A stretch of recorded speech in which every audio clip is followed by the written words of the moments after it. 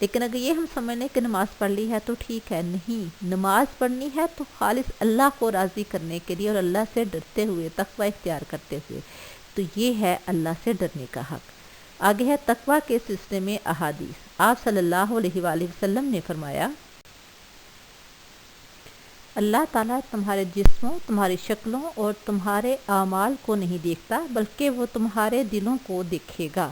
یعنی ہم جو کام بھی کرتے ہیں خالصتاً اگر ہم اللہ کے لیے کرتے ہیں تو اللہ راضی ہوگا، دلوں کی کیفیت سے اللہ راضی ہوگا۔ اس طرح سے نہیں کہ جو ہم کام کر رہے ہیں وہ اس سے اللہ تعالیٰ کوئی شخص خوبصورت ہے، امیر ہے، یا وہ لوگوں کو دکھانے کے لیے صدقہ خیرات کر رہا ہے تو اس سے اللہ تعالیٰ خوش ہو گیا، نہیں، بلکہ اللہ تبھی خوش ہوگا جب ہماری نیت صاف ہوگی۔ اسی لیے تو آپ صلی اللہ علیہ وسلم نے دل کی طرف اشارہ کرتے ہوئے فرمایا تھا تقوی یہاں ہوتا ہے۔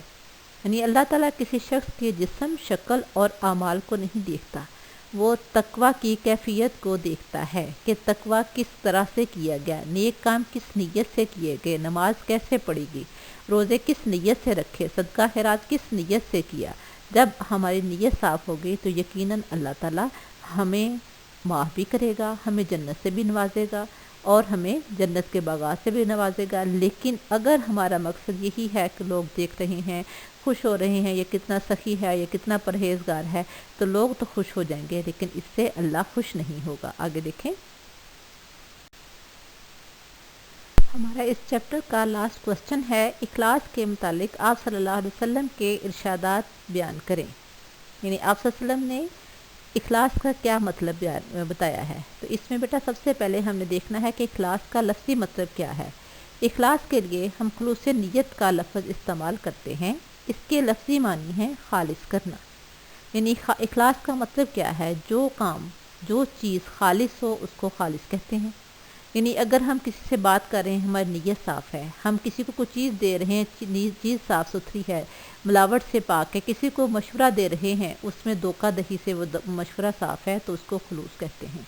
اور دین میں اخلاص یہ ہے کہ آدمی جو کام کرے وہ خالصتاً اللہ کی رضا اور خوشنودی کے لیے کرے، یہ نہیں کہ لوگوں کو خوش کرنا ہے۔ اس لیے تو اللہ تعالیٰ نے آپ صلی اللہ علیہ وسلم سے فرمایا تھا، قل ان صلاتی و نسکی و محیای و مماتی للہ رب العالمین۔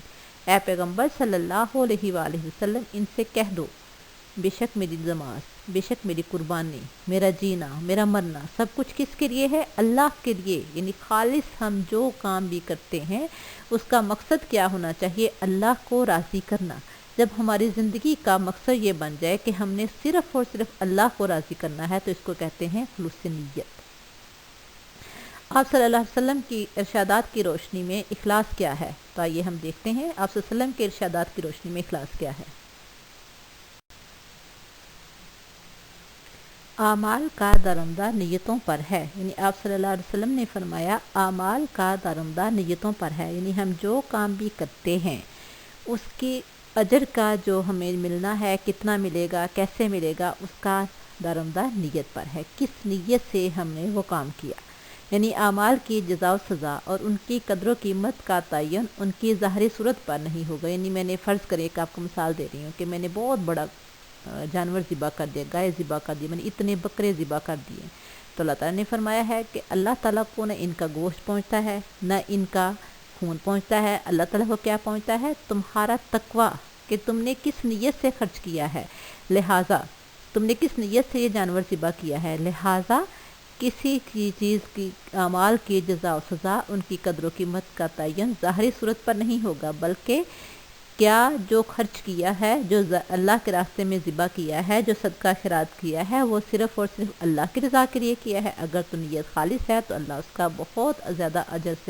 بہت زیادہ اجر دیں گے، لیکن اگر نیت یہ ہے کہ لوگ خوش ہو جائیں تو پھر لوگ تو خوش ہو جائیں گے لیکن اللہ خوش نہیں ہوگا۔ آپ صلی اللہ علیہ وسلم کا فرمان ہے، اللہ تعالیٰ تمہارے جسموں، تمہاری شکلوں اور تمہارے اعمال کو نہیں دیکھتا بلکہ وہ تمہارے دلوں کو دیکھے گا۔ یہ حدیث پہلے بھی گزری ہے۔ یعنی اللہ تعالیٰ کسی بھی شخص کے جسم، شکل اور اعمال کو دیکھ کر اجر نہیں دیں گے۔ کس بیس پہ دیں گے؟ جو جس نیت سے اس نے کام کیا۔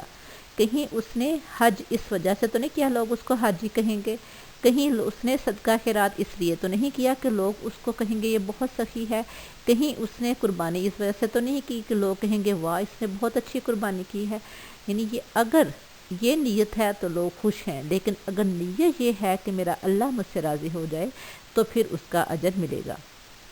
آپ صلی اللہ علیہ وسلم نے شرک خفی کو دجال کے فتنے سے بھی زیادہ خوفناک قرار دیا ہے۔ شرک خفی میں نے آپ کو پہلے بھی بتایا تھا کہ نماز ہم پڑھ رہے ہیں خالص اللہ کے لیے، لیکن اگر ہم نماز پڑھتے ہوئے ساتھ میں یہ دیکھ لیں کہ کوئی مجھے دیکھ رہا ہے یا اچانک آ گیا ہے، تو آپ اپنی نماز میں مزید عاجزی کر لیں، تو اس کو کہتے ہیں شرک خفی۔ یعنی کسی کو دیکھ کر اپنی نماز میں عاجزی پیدا کرنا شرک خفی ہے، اور وہ دجال کے فتنے سے بھی زیادہ خوفناک ہے۔ لہٰذا جب بھی کوئی نیک کام کریں تو اس نیت سے کریں کہ اللہ تعالیٰ مجھے دیکھ رہا ہے۔ بیٹا یہ آپ نے کوسچن دو رہتے تھے، ان کو بھی آپ نے اچھی طرح سے یاد بھی کرنا ہے اور ساتھ ساتھ اپنی نوٹ بک پہ بھی لکھتے جانا ہے۔ باقی انشاءاللہ ہم نیکسٹ میں کریں گے۔ یہ ہمارا چیپٹر آج ختم ہو گیا ہے، نیکسٹ چیپٹر ہم انشاءاللہ نیکسٹ لیکچر میں شروع کریں گے۔ اللہ حافظ۔